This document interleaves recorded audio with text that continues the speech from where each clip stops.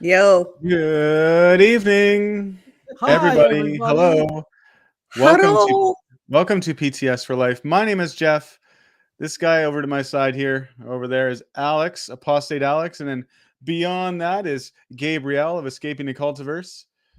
We are your lovely hosts this evening to talk about a fun subject, an interesting subject anyway. Yes. Um, Interesting. Very interesting, and one that is directly applicable to Scientology in so many ways, and that is emotional terrorism. Um, this is a subject that Gabrielle actually wanted to talk about, and after doing a bit of research, we compared some notes, and we came up with a lot of ways that Scientology terrorizes and abuses and changes your emotions, not usually for the better. Alex, you're going to be joining us for a short little while here, right? To add your 2 or 3 or 4 cents or pence, I Yes, should say. I'm going Pence. to be here for approximately 30 minutes because I do Approximately have to be 30 up minutes. early tomorrow because I'm on UK time at the moment now. So I'm here for a little bit and then I will love you and leave you. But yeah, I'll give you my 2 pennies. I want a loony out of you, buddy. All right. Okay, so just to define a little bit here, there are 4 different ways that people emotionally terrorize people and kind of ways you can spot it. And one of them is manipulation.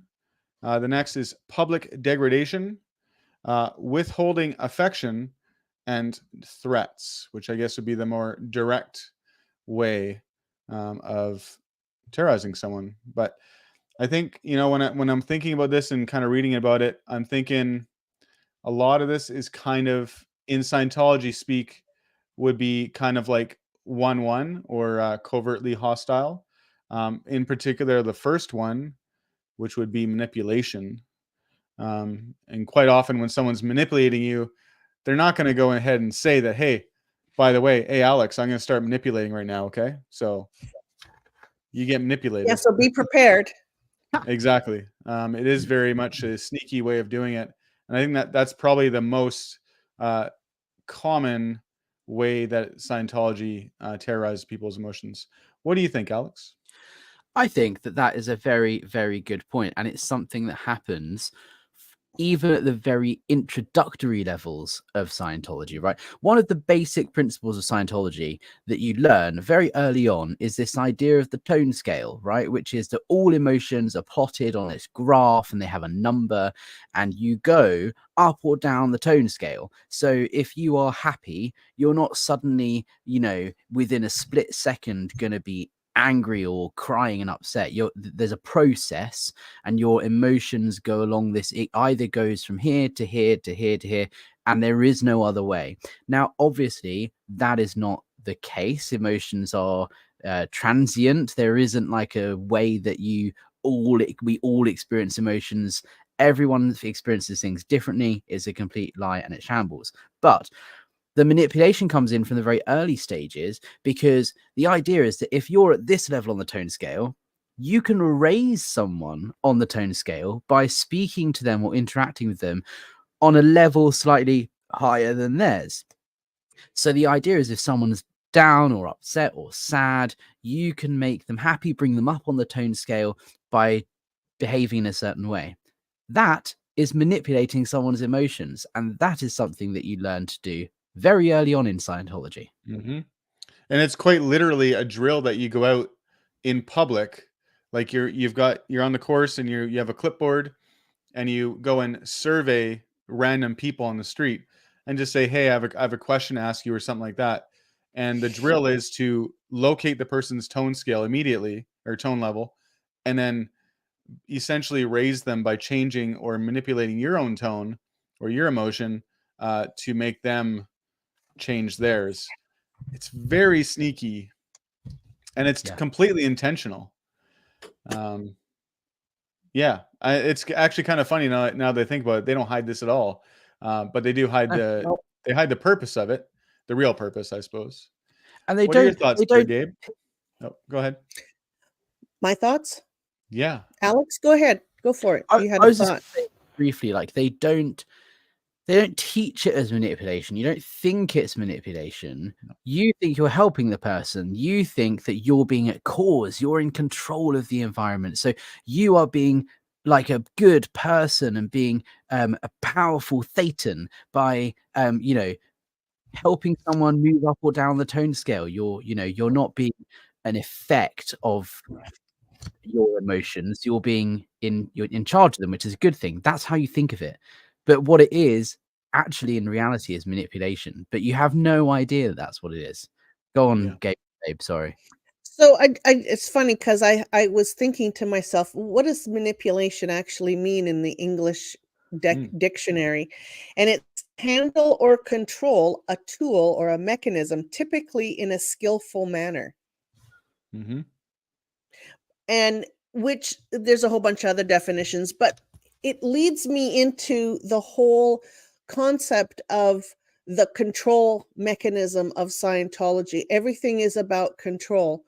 Um, whether it's you in control of something else or the whole underlying underbelly of a coercive control group is control in whatever way, and it really is manipulation. So I actually found that quite interesting, and there's so many different ways that you are actually manipulated or controlled in Scientology. But you actually think, and this is the kicker, you actually think you're in control, your cause. That's how you behave and how you perceive things and how you operate in life, because you never want to be effect, you always want to be in control. So it automatically turns you into something or somebody that manipulates. Yeah. And the funny It's thing just a is, natural progression as you go further and further along into Scientology and further up the bridge, right? yeah, and I found, at least for me, it created a sense of superiority that Yeah, when I, like, specifically with this drill or controlling emotions, um, I felt I was causing it, and I felt that I was then making them effect of me, which I think inherently causes this sense of superiority, or just like, oh, these silly humans, or as some people in the chat say, muggles, right. just unenlightened folk who don't realize what I'm doing. And I actually think that there was like a sense of like joking afterwards, like, haha, did you see how low tone that guy was? Or like, I controlled that guy so well. And it creates this almost godlike thought that you can Yeah, just control someone's emotions no matter what, which is right. completely false. Right. And in reality, you learn to manipulate. And I can tell you, even to this day, I still sometimes catch myself doing the Yeah. whole manipulation thing, because I mean, let's face it, you do want to be, quote, at cause over life. You don't want to be effective people. You don't want to, you don't want to be a victim. But Yeah. in Scientology, it takes it to the extreme, right? Well, I think that's totally natural for you to still do those things. I mean, it's not like Mm, you were in the cult for just a few weeks, like some people right. were. Um, you know, and so it's That's completely right, natural. Alex. Sorry, Alex, Yeah. I had to do it. Oh, so um, perfect. Yeah. yeah, it is very natural to just slip back into those learned behaviors, right, Alex? Yeah, I think because it's so fundamental as well, and you don't realize you're doing it. Like Scientology goes so deep in your brain.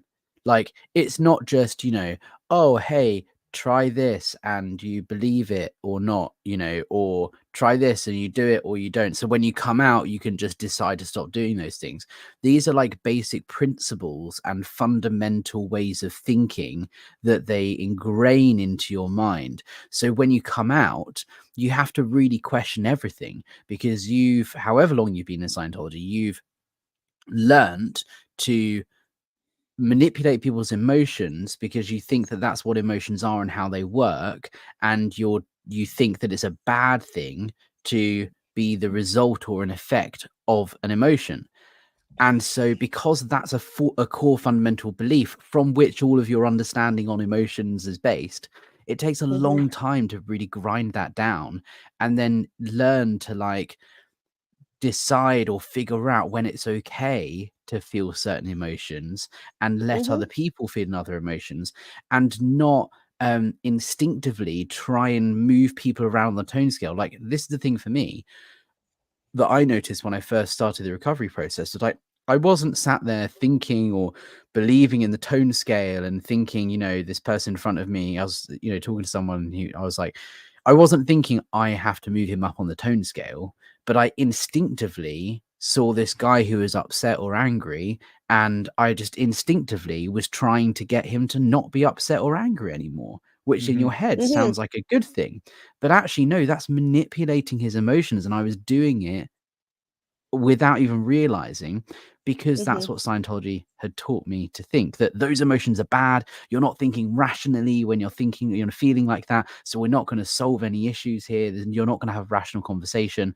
So you Right. need to be a different emotion in order for us to talk. Right. It's on the premise that if you're low Yeah. toned, it's succumb, it's bad. If you're, if somebody's in grief or anger, it's unproductive. It's actually closer, it's like destructive, basically, right? Yeah. Not So just you like have an emotion. so you have to like really do that work on what you think about different emotions, because like I said, I wasn't applying the tone scale, I was just doing it 6 years after I left. So you have to really, that's the recovery part, is like go deep down and Right. be like, okay, what do I think the emotion of grief is? What does that look like? How does that feel? And what does that really mean? And like, that work is really hard because you probably Yeah. haven't ever had to do that before, you know? Yeah. Exactly. Something that occurred to me, Alex, how long were you in for in Scientology? Like All, total? all in total 6 years. Yeah, so 6 years, and you were thoroughly indoctrinated into it. So there we have Jeff, who was born into it. So imagine how ingrained it is in him. And I was 26 years. Mhm. So it's insane how much, and this is just the tip of the iceberg. This whole tone scale thing is just the tip of the iceberg on the ways that you get that you manipulate and that you get manipulated in Scientology, Yeah. right? Yeah. Anyways, not nice. Not nice indeed. It's Mm, funny. mm. I have the tech dictionary here, Uh-oh. Of course you and do. in preparation for this, I was just curious what Scientology, or I should say L. Ron Hubbard, defines emotion as. There's Oh. several definitions, but number 2, this is from Scientology 0 to 8, which is the Book of Basics. Emotion is 3 things: engrammic response to situations, endocrine metering of the body to meet situations on an analytical level, and the inhibition or the furtherance of life force. I just Can thought you that was read that cool. again? Yeah, That's really deep. it's pretty deep, and honestly, these books are just like, they're so esoteric. Yeah. Emotion is 3 things. So engrammic response to situations. I think that's probably the simplest to Yeah. understand, right? Yeah. So it's just Uh, a reaction. yeah, and then Or endocrine metering pardon me. of the body. It's a negative reaction, because if it comes from your reactive mind, it's not under your control, and it's thought to be negative. Yeah, exactly. And I think pretty much all these have a negative connotation in all these Yeah. definitions to emotion, which I just think is really funny. What I Um, think it is like that first one, like reactive mind, engram, you're being in effect, it's something you don't want. The second one, talking about the endocrinal system, like that's a body, that's a physical thing. So right. that's saying that that's again you being effect of the physical universe. Again, something that's Mhm. better than being reactive mind, but still like a physical response. And you're a spiritual being that is bigger and better than your body. So it's better, but not the best. And then the final one about life force, that's a little bit better because that's a spiritual meaning. But again, it's Yeah. defining different emotions based on, physical world, reactive mind, or spiritual, all emotions are valid and all emotions will have an effect on you in all three areas in reality. Right? Mhm. Yeah. I think the funny thing, like I'm not going to read all these definitions because it's like No. they're so Yeah. fucking out there, and no, I don't understand them, and certainly people listening won't understand them, because they don't make any sense, frankly. But Yeah. Word salad. yeah, every single one of them, like there's two things I noticed with definitions is they're emotionally disconnected. Like there's no emotion in the definitions, which I think is kind of ironic. But also they're very like they're talking about like wavelengths and like very high level stuff about thetans and how they operate and everything, but there's never anything in them that talks about the human condition at all. Mm. Which I just think it's just completely detached from actual reality, and it's all this esoteric word salad, as you call it. I got Yeah. that from Sarah Edmondson and Nippy from A Little Bit Culty. Right, they're amazing.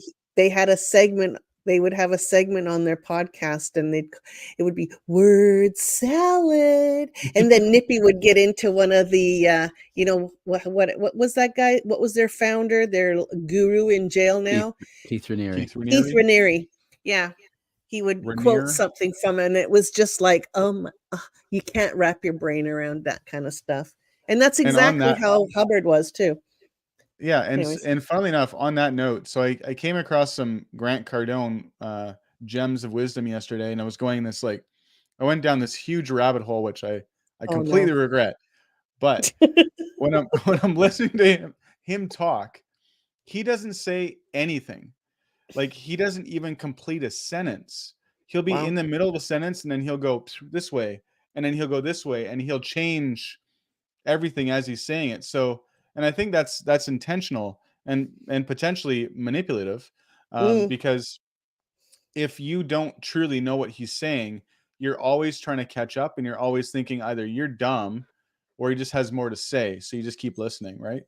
And it's creating confusion. That's one of the techniques used by coercive groups and cults, is like creating confusion, saying a bit of information here, a bit of information there, so that you're always a bit confused, because that puts you in a vulnerable state and makes you slightly suggestible to new information and learning new behaviors.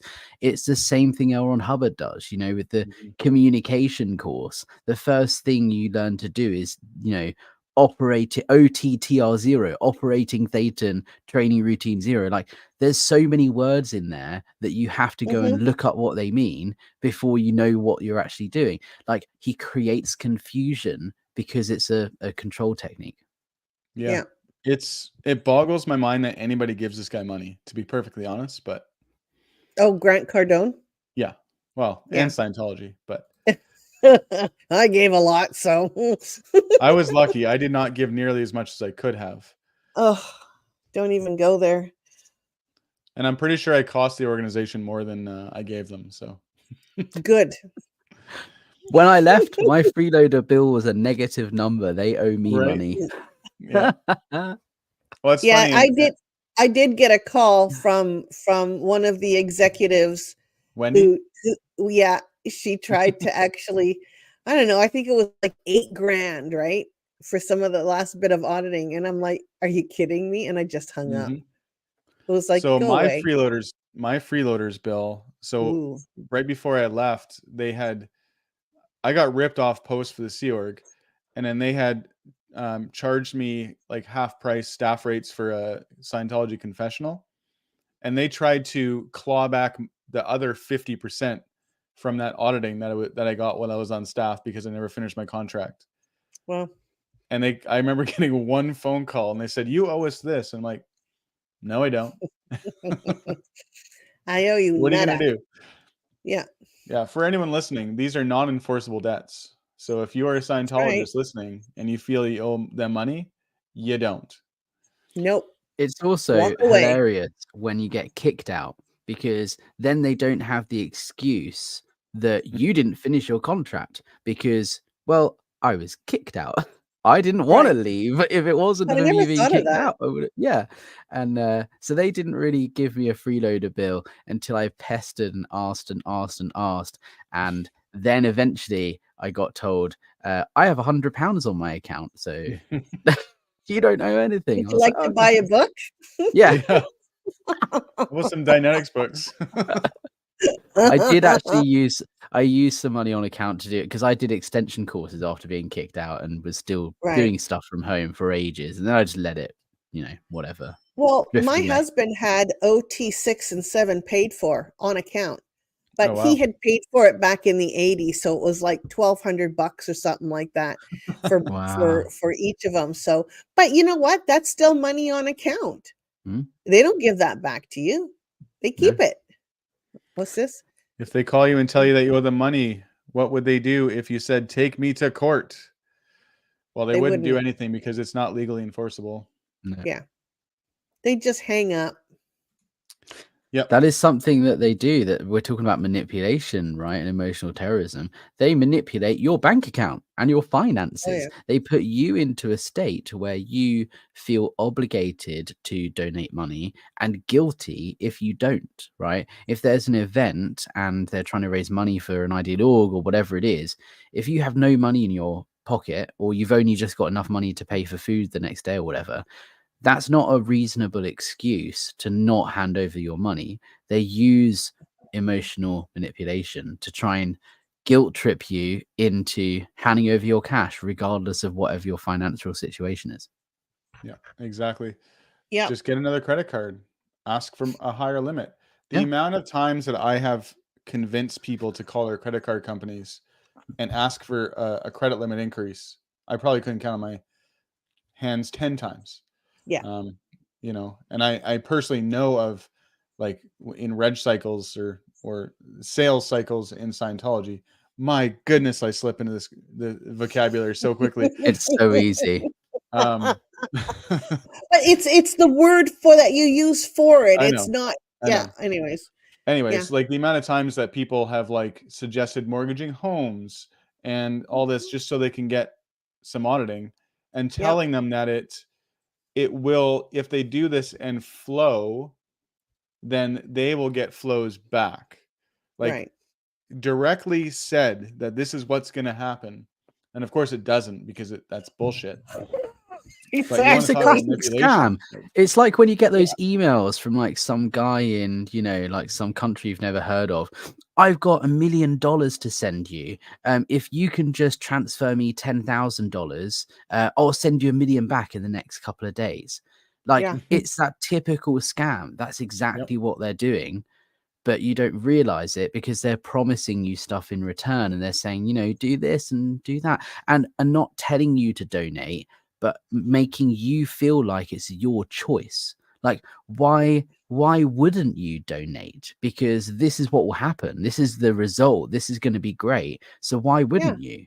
Like, Yeah. is that what you want? To like not have this and this? Like, it's asking you questions so that you end up thinking, I'm the one that decided to donate and he helped me get there, not I was forced to donate. That's never a thing in Scientology thinking, unless you're No, kind of on the way out in your mind already. that's a Yeah. really good point you just brought up, Alex. Is they make you think that they're helping you by draining your bank account. Lorna had a comment, sort of. So, what are your thoughts about the emotional terrorism used by the church to tell you that if you do not do this, you are contributing to the failure of the planet? That's Yeah. a big one.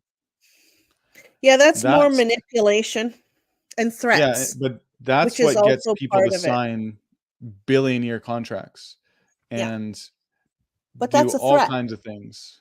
Yeah, well, it is. It's yeah. I mean, it's pushing someone's button on responsibility. Like, it's impossible to look at the world and what's going on in the world right now and think this is fine. Like that meme of the dog sitting there, the house is on fire or whatever, and he's drinking his cup of coffee. He's like, this is fine. It's like, Mm-hmm. you can't not look out there, and then to trick someone into thinking that by doing stuff in a religion or Scientology or whatever, that that's going to fix that. And the reason that that's even happening is all answered here, when it is most definitely not, is 100% manipulation.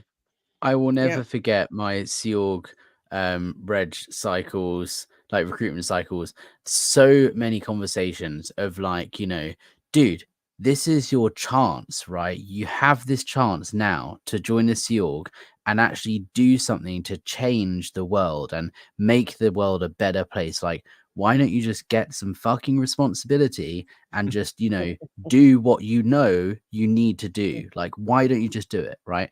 It's that sort of language that's used. And then it's also guilt tripping into like, I remember one conversation where it's like, you agree Scientology helps people, right? You're on staff. Yeah. Okay, cool. Well, why wouldn't you want to help other people and do this full time? Like, don't you want to help people? Well, of course I want to help people. So why Right. wouldn't you sign your SEAL contract and commit your life to helping people? Because if you don't, you're a dick. Like, Yeah. why would you And they back choose you into to a not help corner. other people? Yeah, Yeah. that's the sort of like, those are two very specific conversations I remember having almost word for word. Yeah. And you don't Those are the realize at kind the of time that they're conversations I manipulating had you. too. Yeah, Yeah. it's It's disgusting. manipulation. Yeah. Well, Mhm. hey, that, you know, as a recruiter, that's what I had to do. You know, But you you don't have to, realize you're manipulating at the time. You think you're helping them, right? well, what you're trying, it's an I have a point interesting on that. it's a little chess game, right? It's like you're trying to get the person to start to look inward and see how it is the greatest good no matter what, because people come up with all sorts of, they call them considerations, right? It's like, "Oh, well, you know, I don't know if I want to join because, you know, I won't get to see my friends as much." Well, you know, in the whole scheme of things, like I could get into a recruit cycle right now, you know, in the whole scheme of things, like, Yeah. you know, those friends will always be there, but what's going to happen to the planet? You know, Yeah. it's like if we don't do something now, you know, and there's a lot of work to do and there's not a lot of us doing it. Oh my God, see, it's so easy to just slip Isn't right it? in. Yeah. It is, And but you know, and it's so, but you're so convinced. I didn't even have to try. It Mm, just rolled off the tongue mm, because you're in that mindset.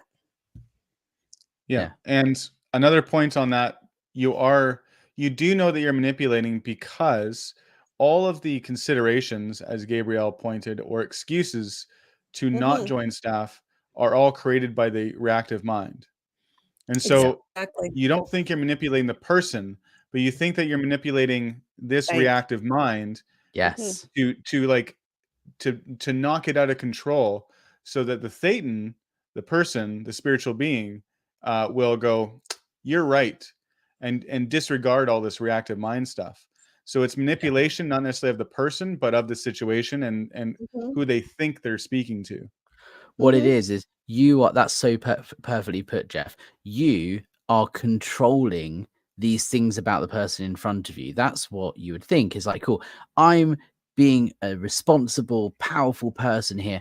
I'm changing this person and manipulating, you know, his feelings and all of this. But I'm not manipulating him. I'm just like manipulating his reactive mind or about all of his emotions or whatever, because that's going to help him or that's Yeah. going to Hmm. get him here. I'm going to get this person where I want him to be. 8C Right. control, right? Mhm. And you don't think of that as a bad thing. You think of that No, as a good thing because that's a absolutely. demonstration of how like OT you are as a person, that you can do Right. that. You're like, wow, this is great. Look at all these people that I managed to manipulate today. Yeah, and Like, what? you have to handle people's considerations on doing very pro survival things, because it's you know, confronting evil and blah blah blah. So that's what you have to do in order to recruit somebody or sell somebody something. You have to Yeah. get them over their own excuses and considerations, Yeah. and that's where most of the manipulation and yeah, and by any means, it's also, there's Mhm. also threats, I have a whole bunch of stuff written down too. But yeah, there's a lot of threats. There's also humiliation. That's a huge thing. That public humiliation that spreads throughout Scientology. That's a whole other We're category in we're itself. gonna move on to that next, and you need Okay, to stay for that briefly, Alex. Okay? briefly. I was about to It, go, it, but I'll stay for a minute. no, no, Maybe. don't go yet. Just give me like 5 minutes. Okay? Go on. We're gonna move on from manipulation, because there Manipulation are 4 points, and we could probably actually talk about the ways Scientology manipulates public and staff. forever. Yeah, literally forever. And Mhm. I don't have time for that. Now Alex got to go to sleep. So the second point being, and I think this one applies quite a bit to you, Alex, because this is what they're trying to do with you now, and I think they did to you quite evidently when you left and were declared, is public degradation. Yes. So specifically referring to goldenrods and declares and labeling, ousting someone, evicting someone from the church. Like, you were a victim of this, and of course you too, Gabe. But Alex, what are your thoughts on this? As before you go, and then you can totally go after Yeah, that. it's like We'll let it, you. it's a horrible way of manipulating, and it's emotional terrorism, because like these things go on the staff notice board, like people are informed, so everybody knows that you are whatever this piece of paper says, because the policy is these things are correct and true. You can't just make up something about someone and stick it on a goldenrod and then put it on the staff notice board. You're meant to, the idea is that has been investigated. It's been, before it gets to that level, a lot of people have signed off on it, and it's found as this is true, this is the truth, this is real information. So if anyone sees anything on the goldenrod, they take that as fact, right? So Oh yeah. it's the ultimate like embarrassment for someone, because it's like, I've not only got myself in this situation, but also now everybody knows at what a failure I am. And they're Mhm. doing the same thing on Twitter with me now. I get hundreds of tweets every single Really? day now from Mhm. these OSA bot accounts and stuff, saying this is why they kicked you out of the church, because you're doing this, and like Alex is Oh, such a blah blah blah, he's a bigot, he's doing this, he's saying this, Alex, you're such a this. And it's in such a public forum. Obviously doesn't affect me in the slightest, because I knew it was going to happen. I know it's all bots, and everyone that is like following me on Twitter actually like replies and laughs at them. I think it's funny most of the time. But the whole point is they're trying to use that public forum and trying to spread hatred, so that I feel like in a bad place, or like I have to react or do something to protect my image, or my reputation, or whatever. That's what they're trying to harp on there, is what other people think about you, and they want Yeah. to use that perception to mhm. make you feel bad and get Yeah. you to do what they want. It's a threat Exactly. at the end of the day. Yeah. Yeah. Awesome. Well, thank you, Alex. We will gracefully let you go to sleep now. Thank Night you so night. much. Make sure Don't to let the shoot me a bed message bugs in the bite. morning. We still have to do a nice little debrief. All right. Absolutely. And also there's one thing before I go that Mhm. I'll put the reference in the comments after I leave. Invading privacy. There's a Mm. policy in Scientology. Yes. LRH wrote, you have to invade someone's privacy in order to Yes. sell them a book. That's such an interesting conversation, and I can't wait to watch you guys have it on replay. Thank you for having me. I'll see you All guys right, soon. buddy. See you later. Bye. Good Love you both. night. Bye. Love you too. Bye. Oh, Now, so what do we nice talk having about? Oh, let's talk about you. Alex. No. Um, So the top the this next subject we're talking about is public Public humiliation or degradation. degradation. Okay. Yeah. So that kind of goes with public humiliation as well, right? More or Yeah, less. I think that's they're in the same. So I'm gonna read the description of what it is. Okay. This is from Psychology Today. Yeah. Public degradation. One of the most humiliating experiences is to be degraded in public. Someone Mhm. can do this to you unintentionally. So it happens. So if it happens once or even twice, and the other person agrees to change his or her behavior, it can be forgivable. But if it becomes a pattern, as with Scientology, something at this person's core is wrong. and it will make your life with him or her or the group very uncomfortable. You need to stand up and say how this behavior makes you feel, blah, blah, blah. It tells you how to deal with it. Right. But the public Yeah, like that happened. humiliation, what's that? I said, yeah, like that happened when you're in Scientology. Yeah, you can't. So you're not allowed to say, I feel like I'm being humiliated right now. I Yeah. feel like I'm being degraded right now. It's like, Yeah. great, go write up your crimes. That's Right. literally the response it would be. Backflash. Yeah, exactly. Mm-hmm. I'm trying to think of like public degradation other than like I have if some. you're in Scientology, Mm-hmm. it's more of a threat of public degradation because if you know the policies, you know that if you speak out um, or don't toe the party line or step out of line at all, you will get this treatment. It's known. And I think that's the Now, I important have thing. some examples. Yeah, let's So hear them. this is like the places or the areas where this kind of stuff happens. Um, One of them would be like at a staff meeting, like if your stats are down or if somebody really screwed up bad. At least this happened in Vancouver. I don't know. I believe it happened in pretty much most staff meetings where they ridicule you, they insult you. Um, in Peter Burns' case, he finds some way to make you feel like so small and like such a piece of shit. Like Mhm. you're. Anyways, I mean, if I had.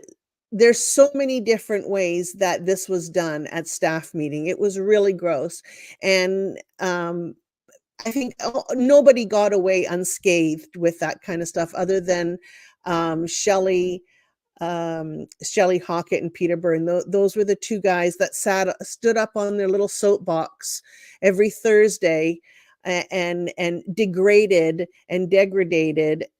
Is that a word? Yeah, degraded everybody, whoever was downstat, and Yeah. that happened on a weekly basis. So when you know when these times would come around, like, okay, it's time for staff meeting, you would just you were in dread all the time and in so much fear and so much like, oh my god, I hope he doesn't target me again, or that kind of stuff. Like that, Yeah. those are the working conditions, right? And you're there, you're a volunteer, and you're getting this shit thrown at you, right? You're getting treated like this. So yeah, staff meeting was a big one for me, especially Yeah. when I I had to mean, sit right beside Peter. it's funny actually because you got to choose your seat, right? At least I did. No, no. No? It went by division. Remember That's a the good point. execs were Yeah. sitting in the front, Right. and then it went division 1, 2, 3, all the way around to division 6. That's a good point. I always just kinda I just always chose that seat because I was sitting next to my senior and I just enjoyed it. I liked Yeah, Larry, so, of course. um, My brother-in-law. Yeah. yeah, he was lovely. Yeah. Um, yeah, I mean, for anyone so everyone knows too, for us, Gabe and I were foundation staff members, which means the night and weekend crew. So we would show up our scheduled time was 6 p.m. As a start for muster, but obviously we both always showed up early because we had things to do. But or we were on course. At least in my case, was on course sometimes in the afternoon, so I'd be there. But so we'd work from 6 till 10 o'clock on Thursday nights, and we would then go to staff meeting after having done a full time job during the day, a Mhm. 4 hour shift on post at the organization, and then usually an hour and a half, 2 hours, sometimes if it was like a bigger meeting. And that Or a would be a bad long week. day. And to spend your entire day working Yeah. and then just get absolutely pummeled in front of all of your peers, and not just peers, but your friends. Like these are the people Exactly. when you're in Scientology and you're a staff member and you're that dedicated, you don't have outside friends. You don't have Joe down the street that you go for dinner Yeah. with every now and then.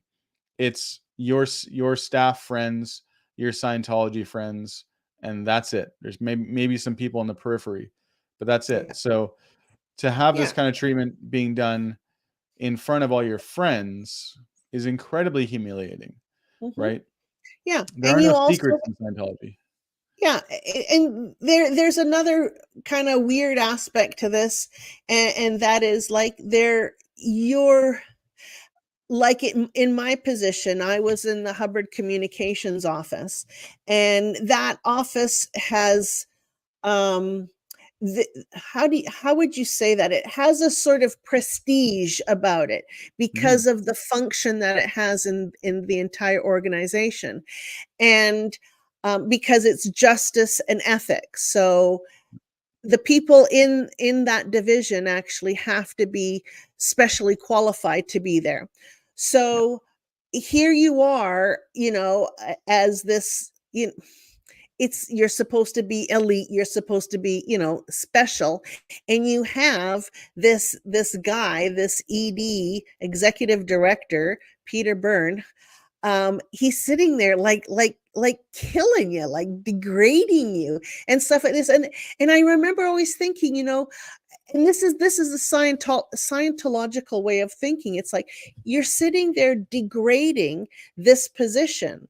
And LRH actually held this position in very high regard. So it was just such a strange concept that here he is degrading me and the division, um, when it's supposed to have all this prestige. On top of that, I took it very personally. So Mhm. it kind of had like a double whammy. I mean, now that I look back on it, it's like, well, who fucking cares about HCO, right? And what LRH said about it. But at the time, it had an even more of an impact on me, and it was traumatizing. Anyways, Absolutely. Yeah, hey Jeff, I have to step absolutely. away for just 1 second. Can you keep everybody entertained? Oh my God, the pressure. I Yes, know. So what do? Do I just push stop cam? sure. Okay, I'll be right back. All right, Gabriel is going to tend to something here. I'm going to address a couple of comments, and I will start off with this super chat that came through. Vincent Giggles, thank you very much.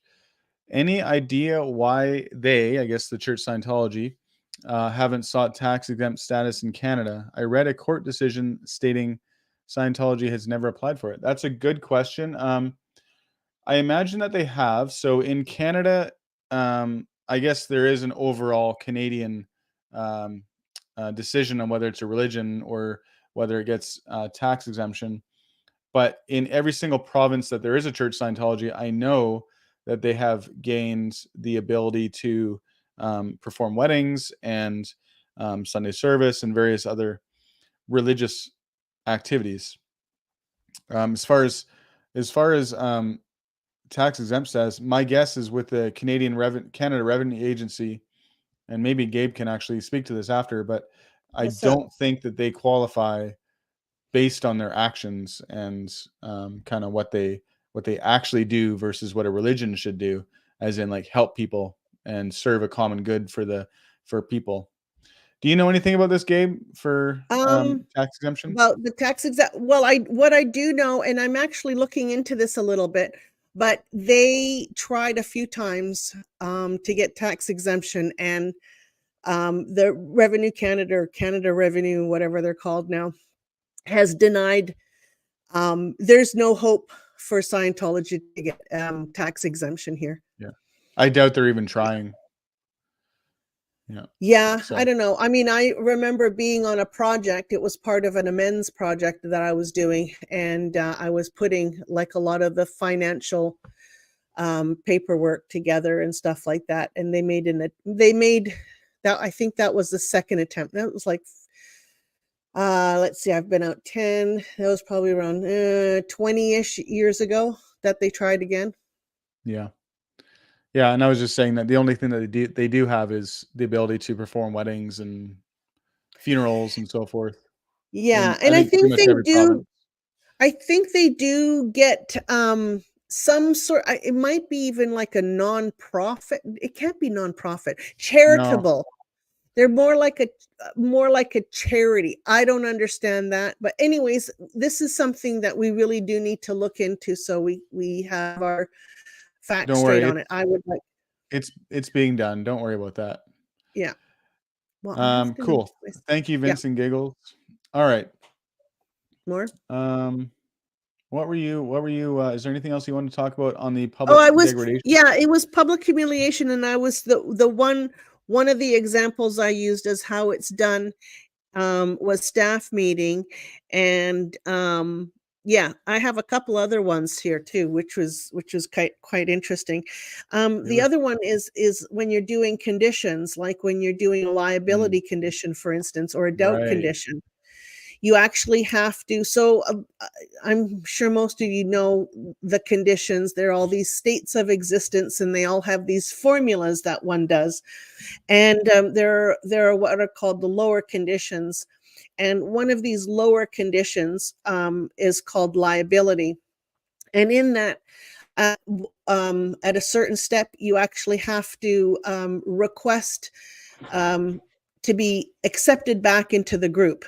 So you have to run around with this piece of paper in your hand, or like I used to do, I would do several copies and just hand them out to people to be more efficient, of course. And you have to get them to accept you back into the group. So you have to have this big, huge blurb about how you fucked up. And then, you have to show them what you've done in order to get accepted back. And then they have to approve or disapprove. Yep. So that's super humiliating, because if somebody disapproves, being that we are all sheeple, we were. I mean, honestly, if somebody saw disapproval, most people would just get in there and disapprove it. And then you have to start from scratch again. So stupid. Well, so yeah. Sorry, one note about getting disapproved too. So as a staff member, if you go around, you have to choose the right people first. You cannot go to someone who's high up or an opinion leader. And in the Vancouver case, it would be Peter Byrne, Shelley Hockett, who was the senior CS. Anyone with sway or pull towards people's opinions, you do not go to them first. Because if you get disapproved by one of those people and someone recognizes that signature, there is no way that a low-level person is going to approve you. Right. It just won't happen. And that happened to me once where I made that mistake. And I think it was Wendy Smith disapproved. And that was it. Like, I had to go redo everything essentially. Because everyone's like, oh, why does this higher up person not want you to be back in the group? And if there's any doubt, then no, you have to go do some more work. Yeah. So, well, because those were my seniors, pretty much. Those were usually the people I was doing amends to. Those were the first two people I had to go to anyway. So it sort of saved me all the other. It was an easy breezy sort of liability condition if they approved it. You know what I mean? Because everybody else would approve it. Well, that's the thing though, right? Like, shit. But like, just so everyone knows, it's by majority. So if 20 people don't want you there and 19 people do, it doesn't matter. You're not part of that group. And it doesn't matter who it is. Like, it's not that someone else has more power or have 4 votes for you. It's one person, one vote. And that's, it's pretty degrading actually, now that I'm thinking about it. And you go to their desk during post time and first of all, you feel like an asshole because they're busy, and you stand there and wait for them to acknowledge you. And then, hey, I have a liability for me. They already know that you're doing lower conditions because everyone knows everything. And you have this clipboard, and essentially it's this is what I did. This is what I did wrong. This is what I did to make up the damage. Here's kind of here's my quote unquote cognition on it. The thing that I realized about myself, how horrible I was. Yeah. And then you sit there and they're reading this and you're just standing there like, please sign it, please sign it, please sign it. Exactly. You're at their mercy. Yeah, 100%. And your tail is between your legs and you're like, oh my God, like I hope that I don't have to go do more work, because Mhm. usually you've done so much, like, it's so blown out of proportion. You've done so much work to quote unquote make up the damage. You know, Yeah. it's a really difficult way to describe it. Like the feelings that you have about asking people if you can be part of their group when it's a stupid fucking group anyway. Excuse my language. I know. But you know what? This topic invokes that kind of stuff. It really stirs up anger because of how you were treated.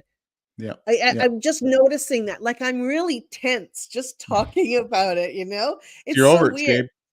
I know, all my crimes. Yeah. Horrible All me. right. So Okay, so again, we here's could another. probably go. Oh, you got more. Yeah. Never mind. No, no, just not on the Give it to me. conditions. Here, Okay. star rate checkouts. Mm. What about when you get flunked or when you're tested? Like some people, I choke always on tests. I hated these star rate checkouts. Yeah. So, do you want to explain what they are? Do Sure. you care? Yeah. So if you're studying a reference in Scientology in a course room, or I guess for some ethics action that you're doing, what you do is you read the policy letter, you clear up any words, so like define any words you don't understand, make sure you fully understand it, and then once you do, you have to go to either the supervisor or another student who has been checked out on the reference. And the basic gist of it is they ask you a bunch of random words throughout the whole policy letter to make sure you can define Mhm. them. Mhm. And so let's say, Gabe, what's the definition of escaping? And if there's any kind of Hesitation. lag or any kind of like any kind of gap Hesitation. between Yeah, me saying what's the definition, it's leaving something, that you're held against your will or something like that. Like it has to be an appropriate definition. But if there's any lag, flunk. So it's that's very what they instant. say. Flunk. Yes, flunk. And then if you do happen to get that definition correctly, you have to use the word in a sentence. Mhm. So I was escaping the cultiverse the other day, and it felt great. There's a definite. There's a sentence right there for you. Yeah, but, Um, then you would meet somebody, like, with an attitude, right? And they'd yeah, ask you, like, stupid words, and I would just get so pissed off, and eventually I would get flunked, and I found it so humiliating because then you get sent back, you have to read the entire policy all over again, and then you'd have to go back again. And if it's like a really big like, for instance, KSW, that thing is like 9 or 12 pages. yeah, So and if it's you heavy. flunk on a word and you're at like the last page, it's a flunk and you have to go all the way back to the beginning of that reference and reread it all and then get checked out on it again. It is so awful and so humiliating to do that. So Yeah. that's my bit on star rate checkouts. I hate them or Do hated you? them. I will Yeah. say though, if it's there was a little trick that I Oh, learned. I mean, you learn who to go ask for star rates, that's called and manipulation, Jeff. That's I know manipulation. I was manipulating people. No, but so I would, if I get stuck with someone who's like really, really rigid and like Oh, yeah. hardcore, Yeah. then I would wait till they were busy. I would sit there and pretend to read and restudy. I know I would wait for them to go do work on someone else, and then I would jump up and be like, "Oh, I need to start rate checkout." And I'd be like, "Oh, this person's free," and it's always someone I knew like, they're pretty chill, right? Yeah. But Yeah. I want to say one thing about the star rate checkouts though.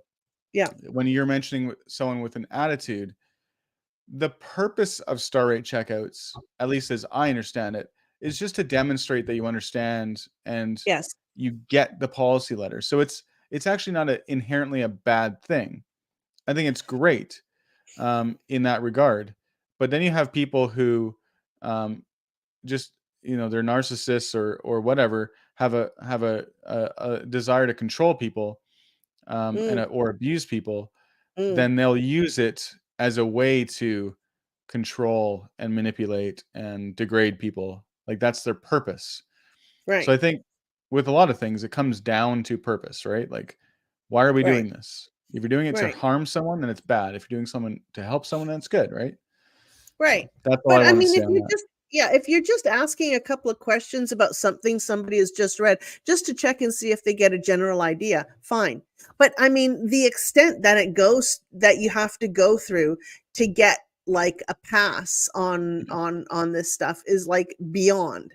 Anyways, enough said about those star rates, because I'm getting more tense now. And I want to just address one comment here. I assume Yes. you're also paying for all this time. Well, Yes.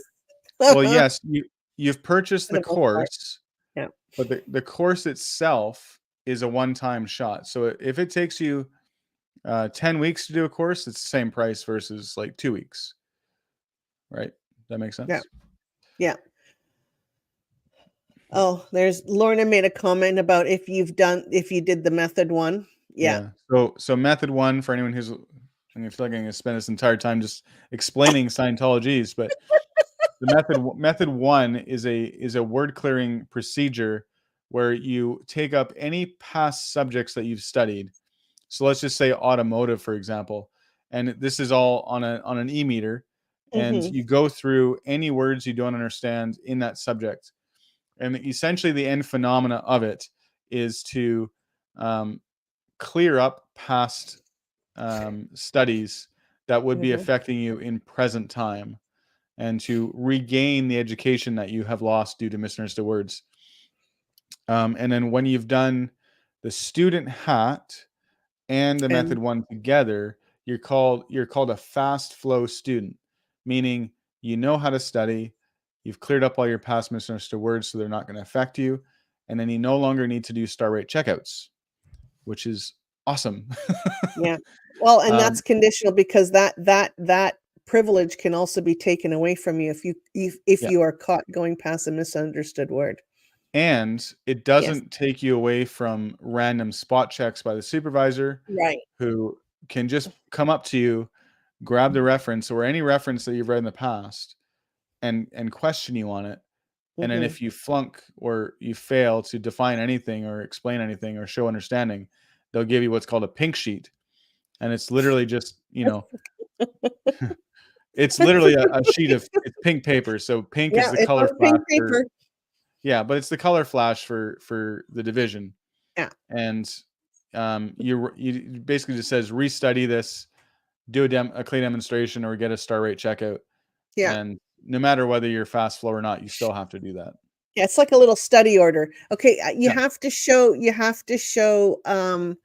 can I No, you can't. no? I haven't given you that power. Yeah. What do you want? So I married an ex-Scientologist. Can you put her Uh, comment up? I really who wants to hear from that chick?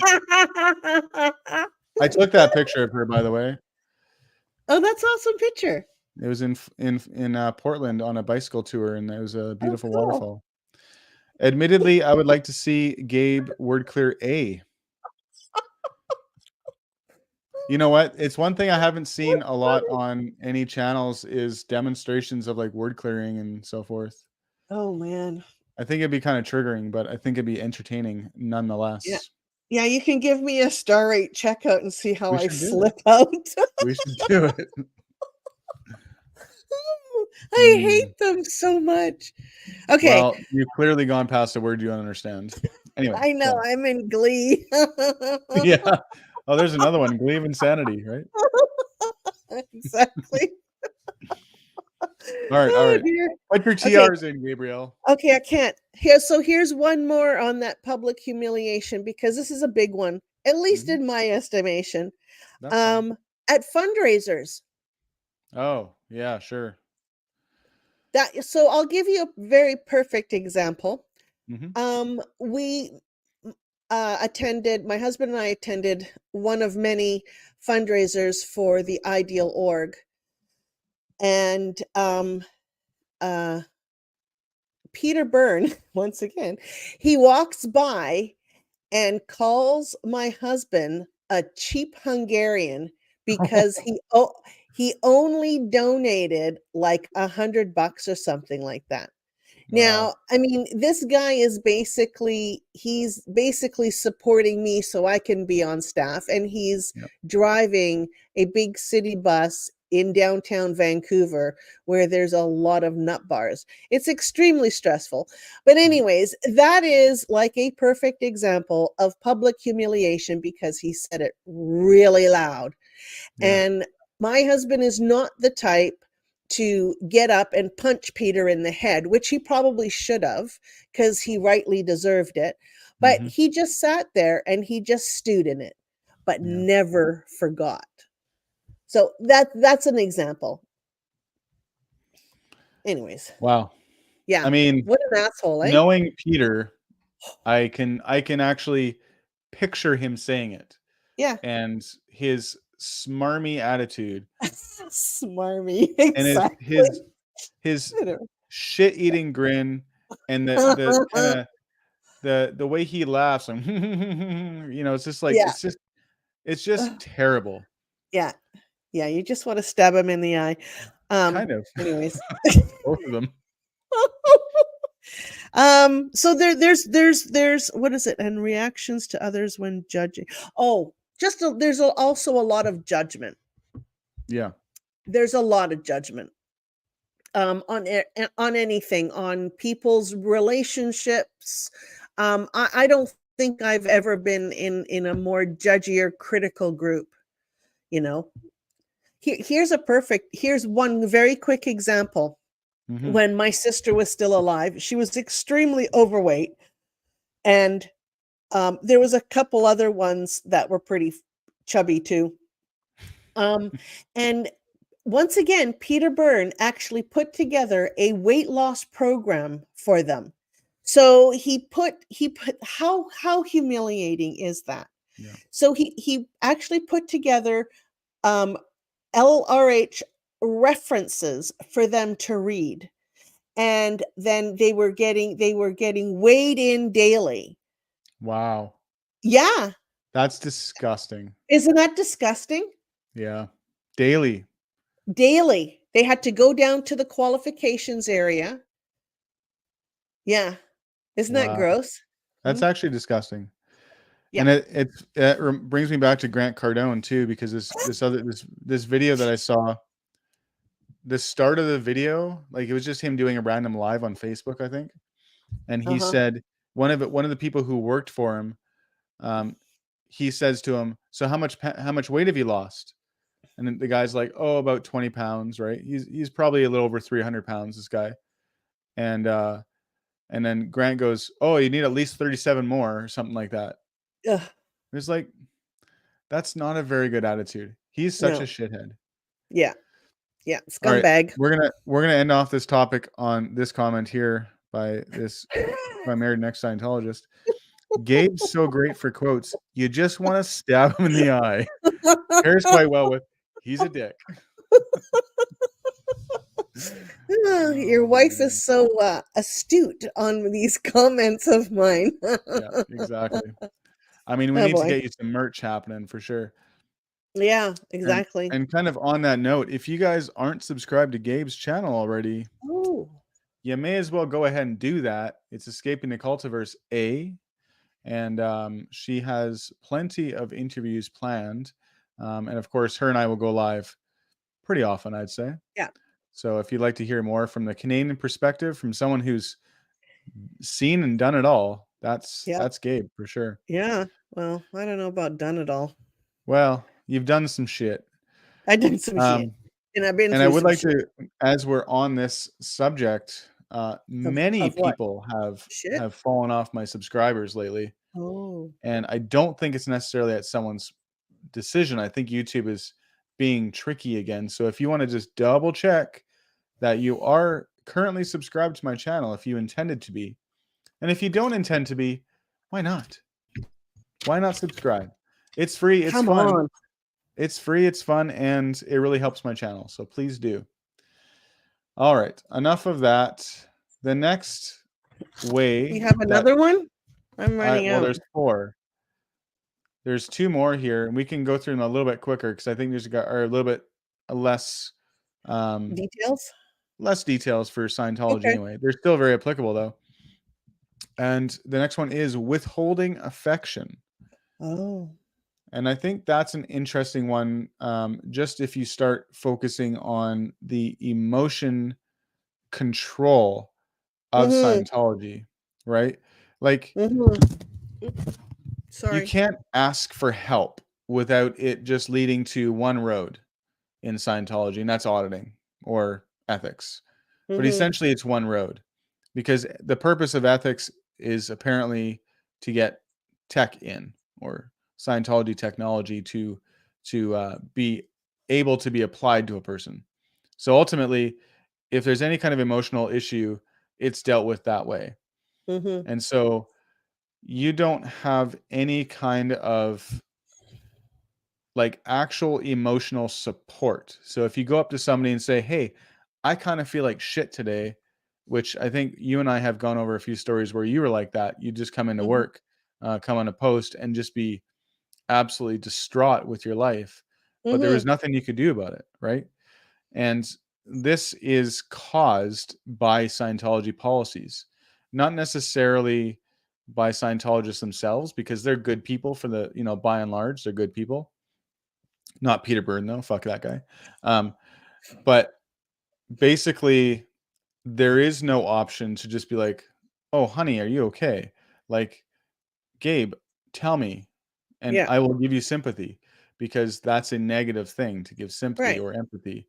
It's all That's the way they control the emotions, and they, in this case, they withhold Yeah. real emotion, real love. Yeah. What are your thoughts? Oh, I have lots. Um, so yeah, so even a hug isn't offered. Like Mhm, from people who you have grown up with, who you work with 24/7, like literally.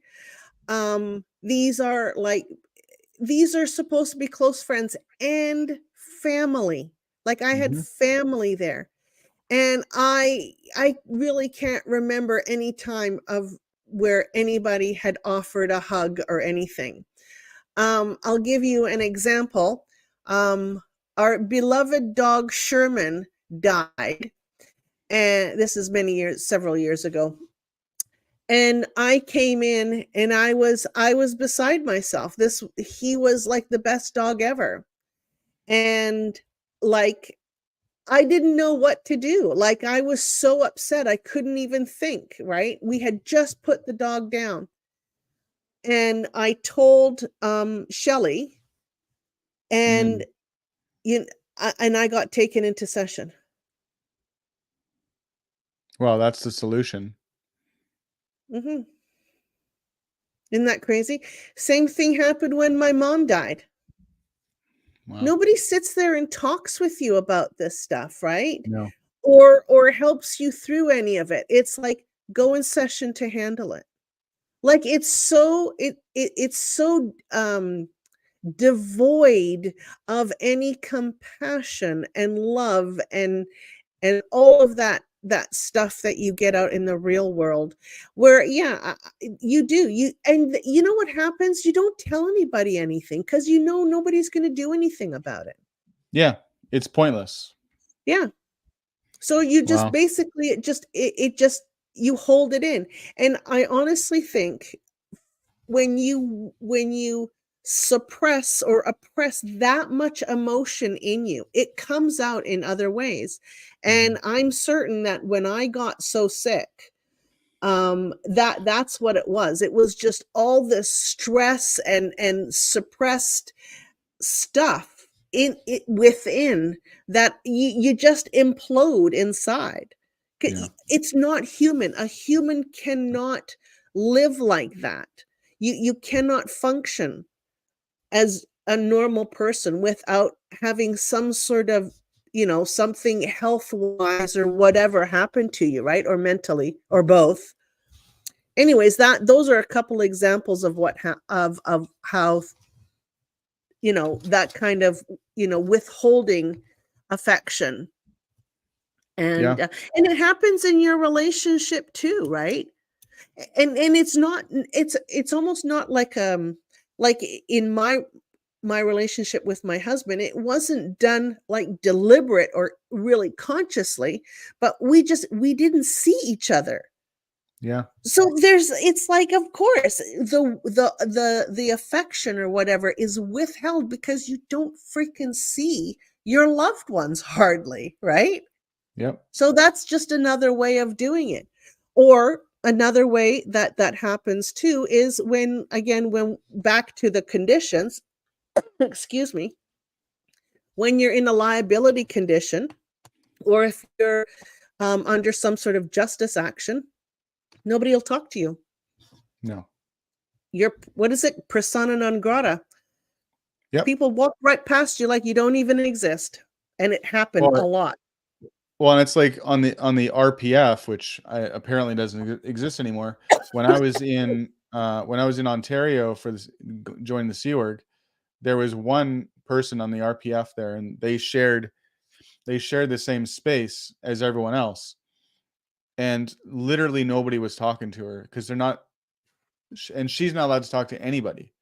Like, she is not allowed to originate any communication to anybody, unless it's like important for the task, right? That, that they're working on, and it's vital. Right. And I would We just have talk to have, to her. yeah.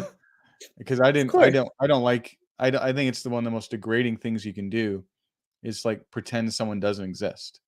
Like, it just, how does that make anybody feel? It doesn't help at all. And that was actually one of the things that I vehemently disagreed with in Scientology, is the idea of ignoring someone's presence, So Yeah. even if someone was on liability or in a deep ethics action, I would still talk to them. Like, I never thought less of someone. And in fact, by policy reasoning, you should think more of them because they're trying to do something to handle something, right? Right. They're taking responsibility for it. And so I always thought that was very backwards thinking. Yeah. Well, it was backwards thinking. You were right. Yeah. I'd like to indicate, Jeff. Yes, I was right. Finally. All right. So I've run out. You've run out. Okay, good. Well, I haven't, but I mean, I'm sure. I know. I'm sure you're being facetious. I get it. That's yeah. fine. Okay, so last one then we're going to take up here is threats. Ugh. Yeah. I mean, this is definitely could be a heavy one. I think let's focus on the biggest one, I'd say. At least for me, the biggest threat I could think of as a Scientologist was to lose my opportunity to go clear in OT, and therefore lose my future. Right? Like, and I don't just mean like the next 10 years. I mean like the rest of my existence as a spiritual being. I would be, what is it? A black cinder, floating in space kind of thing. Right. Like, Yeah. it is so extreme that if you don't do this here and now with an in Scientology, then you're done. And not just you, but everybody is done. Yeah, that's right at a KSW. That's one big threat. Yeah. Oh yeah, that policy letter is very threatening. You toe the line, Mrs. Patty Cake, or know, Mrs. Patty Cake is actually a character in KSW1. Yes. You got to turn that wandering doubt in her eye to a fixed, dedicated glare. Yeah. Only the tigers survive. And even they have a hard time. Yeah. Ugh. I mean, I think it was Doug Kramer on Dazed but Not Confused. He was going over some of the stuff, and it is like one intense policy, man. Yeah. Like, you gotta wonder what the guy was on when he read or when he wrote something like that. It's really intense. It was just like, first of all, only he could do everything. He was the only one. He is source. Nobody else actually contributed to any of what he did, which is a contradiction. He contradicts himself in that. And then throughout the whole thing, it is just like this command this is how it is. And I mean, this is a policy that's on the beginning of every major course. Yeah. So you sign up for the student hat, you're still fairly new, and you get hit with this policy letter. And I remember reading it. My head was just like, holy shit. This is Yeah. serious, and it takes you aback, because the thing is, you have to get star rated on it. I mean, I was star rated on that thing. I don't know how many times, and Uh-huh. all sorts of different ways of word clearing. So it's just like the main policy in Scientology, and it's one big effing threat that you're here on the same terms as the rest of us, win or die in the attempt, or something fucking thing Yep. like that. No, that's literally what it says. Win or die in the attempt. Yeah. Yeah. Yeah. Oh, blow drill, unless you're fast flow. I Yep. wonder if I know there was some people that actually still had to get I'm just reading blow drill's comment, Yeah. unless you're So he's fast talking flow. about fast flow, which anyone who's listening, we discussed that earlier, Yeah. where you've done student had in method 1. However, there are still circumstances where you would be or could be star rated, like if you Yeah. were spot checked by the supervisor, or it was on some sort of study order or something like that.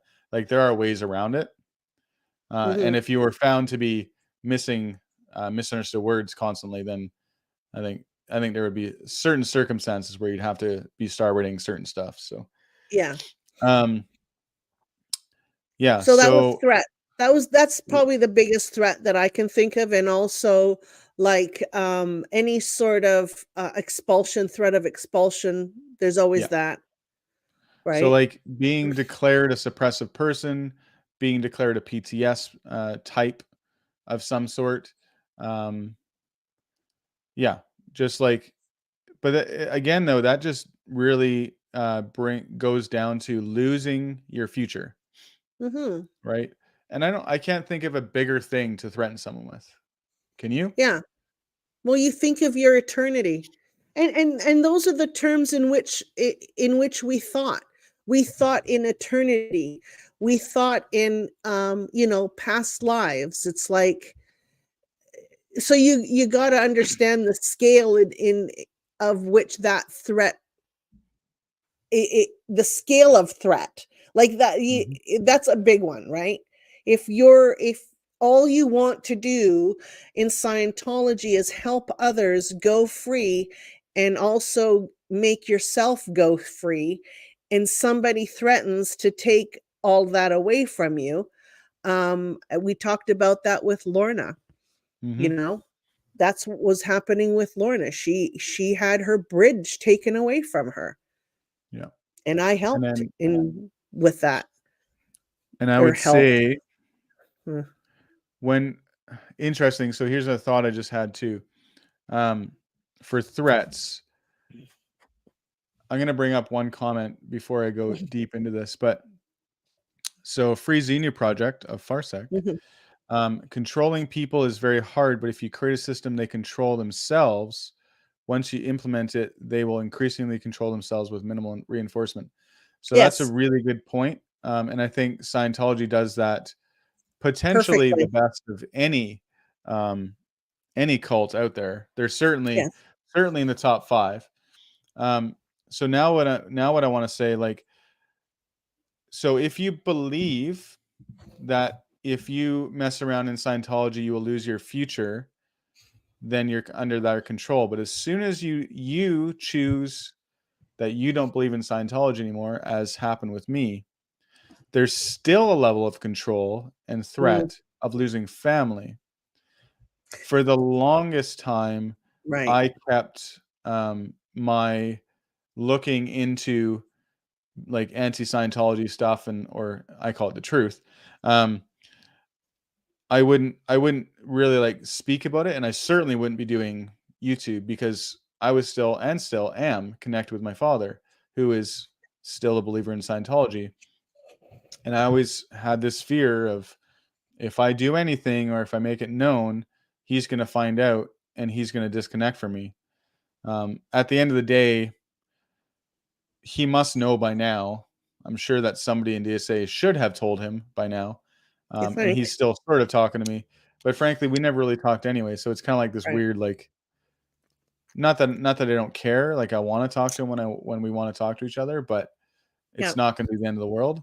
But that was just still another level of threat that I would have to deal with in my own mind. Mhm. But I created it, right? Right. Like, I'm creating this. I'm not even involved in Scientology anymore, but I'm Yeah. still worried about the effect of Scientology. You know what I'm saying? Yeah. That's where my brain went. Yeah. That whole I mean, it goes into the whole disconnection thing. In all honesty, I never, when I left, I never really thought about that my sister would disconnect from me. Hmm, Honestly, the thought never went through my head. I thought really? that she would just, like, I could get her out. And when Hmm. she turned on me and pretty much narked on me or whatever, ratted me out, that was a very strange day for me. You Yeah. know, you don't you didn't I almost like surreal. It's like, did she really do that? So is this really going to happen?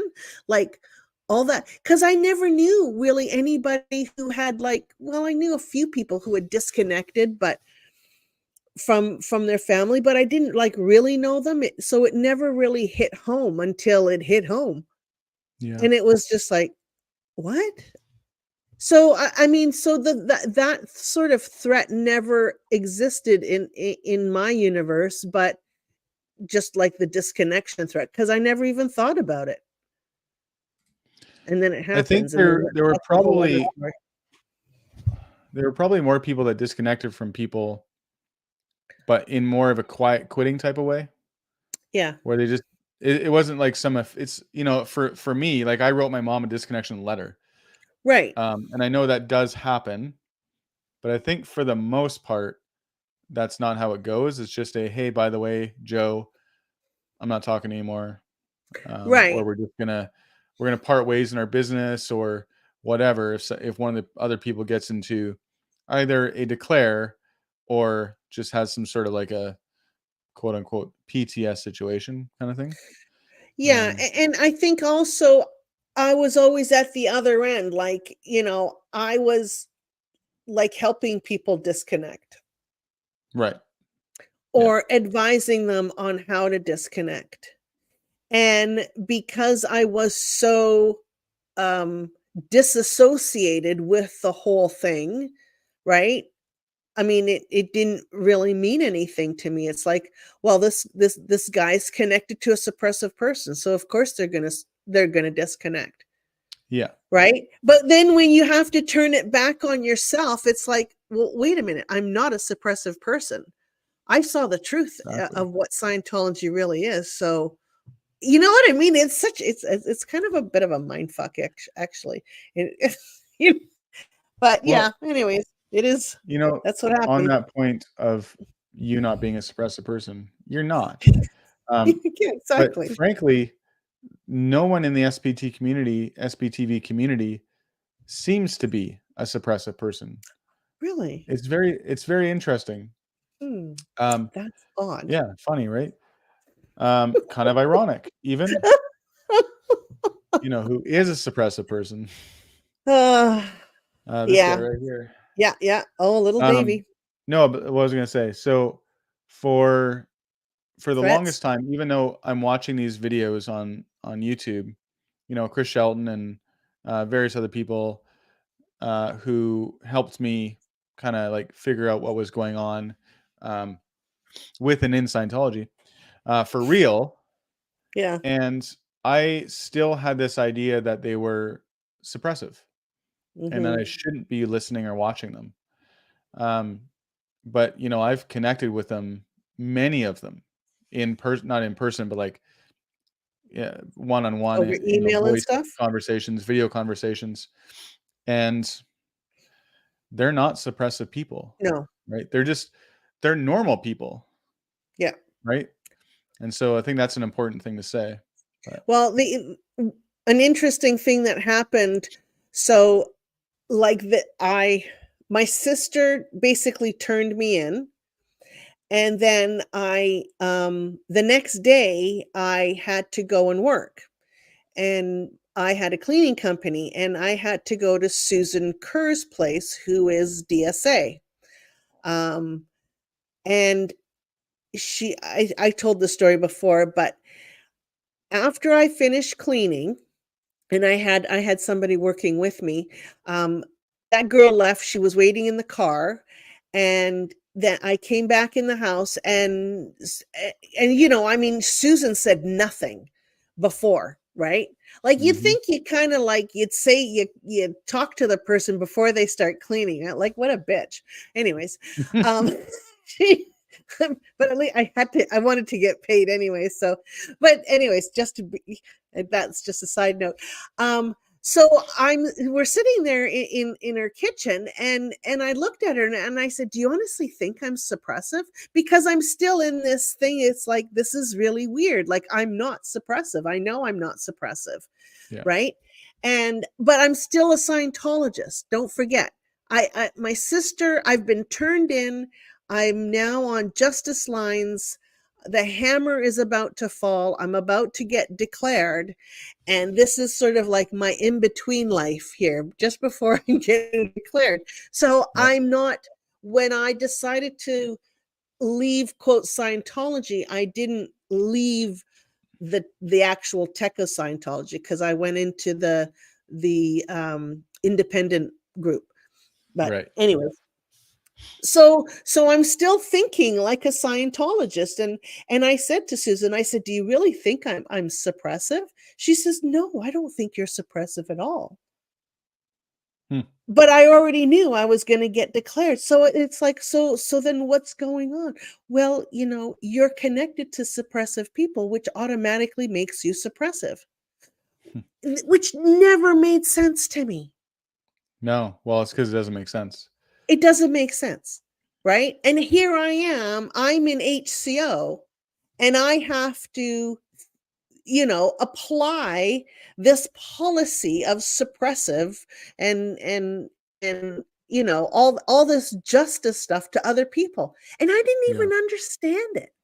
But No. anyways, regardless of all that, it's like she is somebody who had been around for a very long time. She was OT8, and she says to me, "I don't think you're suppressive." So, like, what kind of mind do you think? Like, what is she thinking? Yeah. You know? And Well, this is she's this been a is the same Scientologist person for that a told long me that time. if I killed myself that I would come back worse though. So Right. It's like so strange. yeah. But at that point, the cognitive dissonance was just like, it was hardcore, right? Yeah. And it was just like, this is nuts. I mean, it didn't all unwind until I did a lot more research, but I was slowly deprogramming myself, so to speak. Right. So, anyways, these are just these fucked up thoughts that were going through my head during this whole disconnection threat process, and I was scared. Like, I was Yeah. literally scared. I was being threatened with my eternity, and there was Mhm. nothing I could do about it. Nope. And it was already decided. Exactly.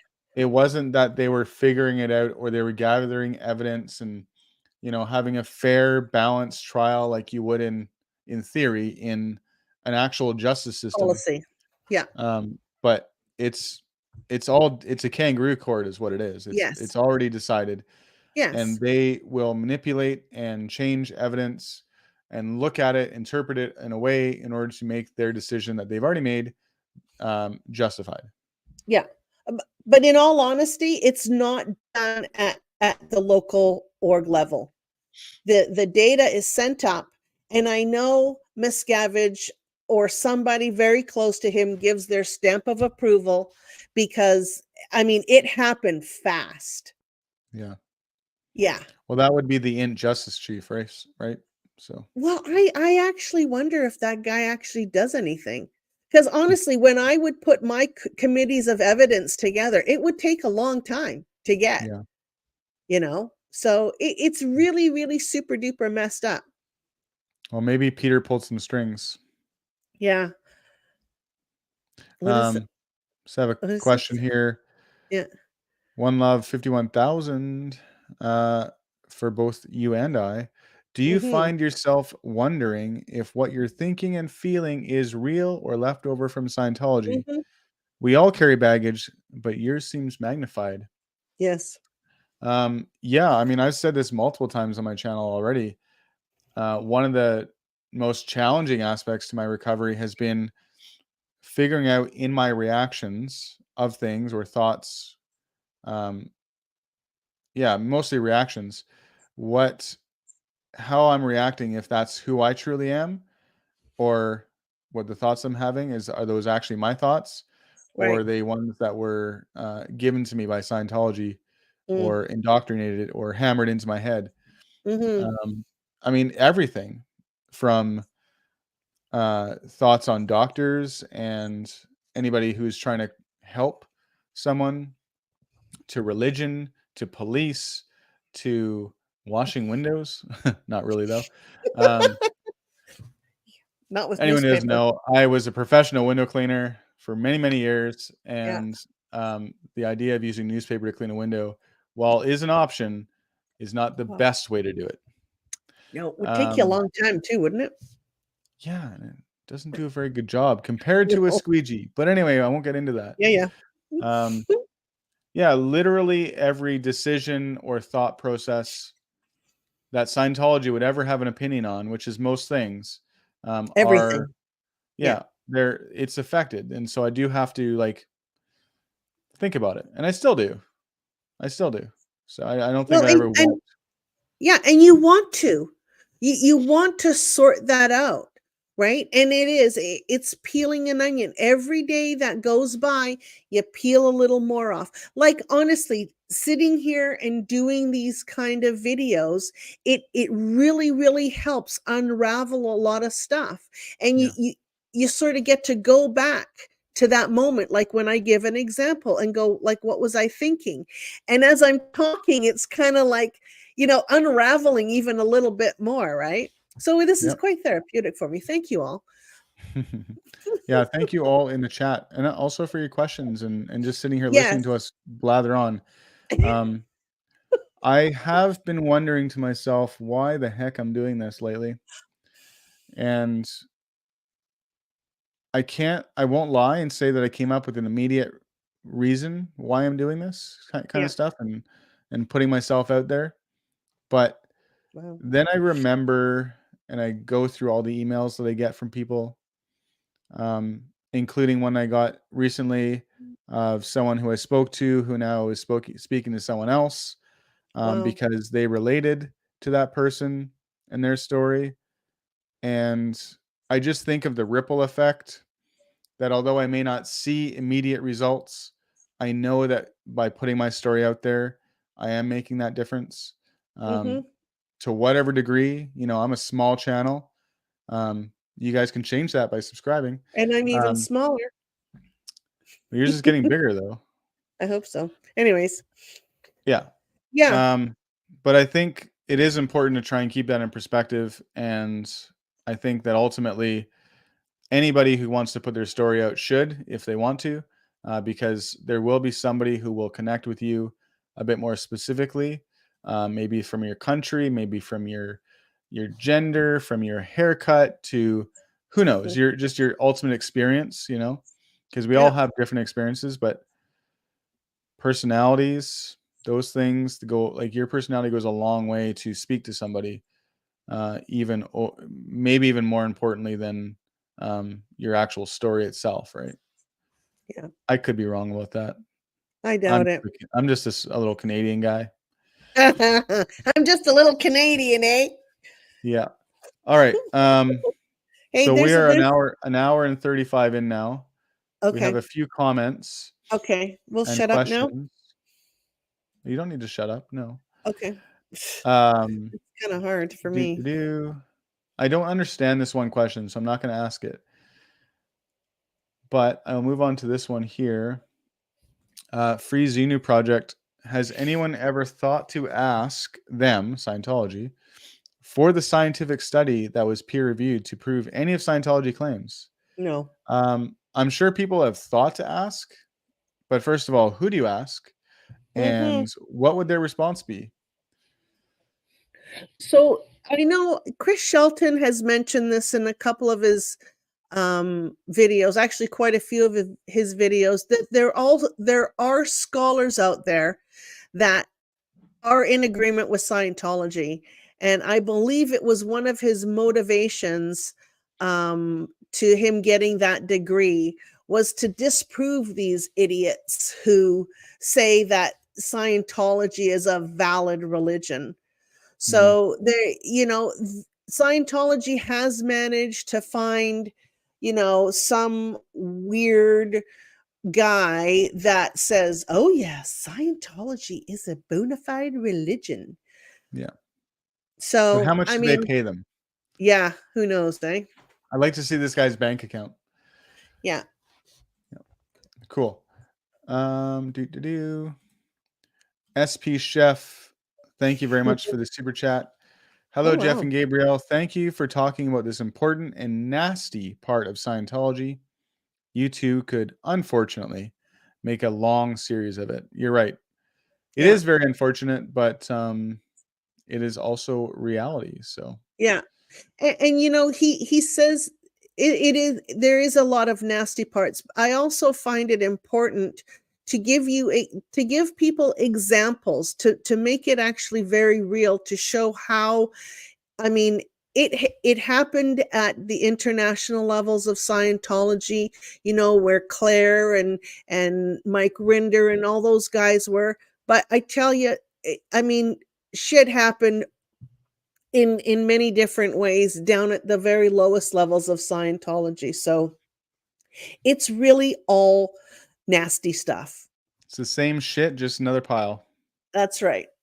Yeah, put that on a t-shirt. Yeah. Yeah, with a little poo emoji. Yeah, there you go. All right, we're going to end off with one from my wife. Oh, I don't know what brought this up exactly, but this is for you, Gabe. Gabe I is a love ginger because she's associated with gingers. Honorary ginger honorary. status. Thank you very much. That I would am be a really honored. good t-shirt as well. Yes. Hey, do you have my buy me a coffee thing? I do. I'm going to pop that up Pop right that up, would you? now. If If you guys somebody would like to wants. support Gabe in her channel, and just in her efforts to tell her story, we all do this as on a volunteer basis.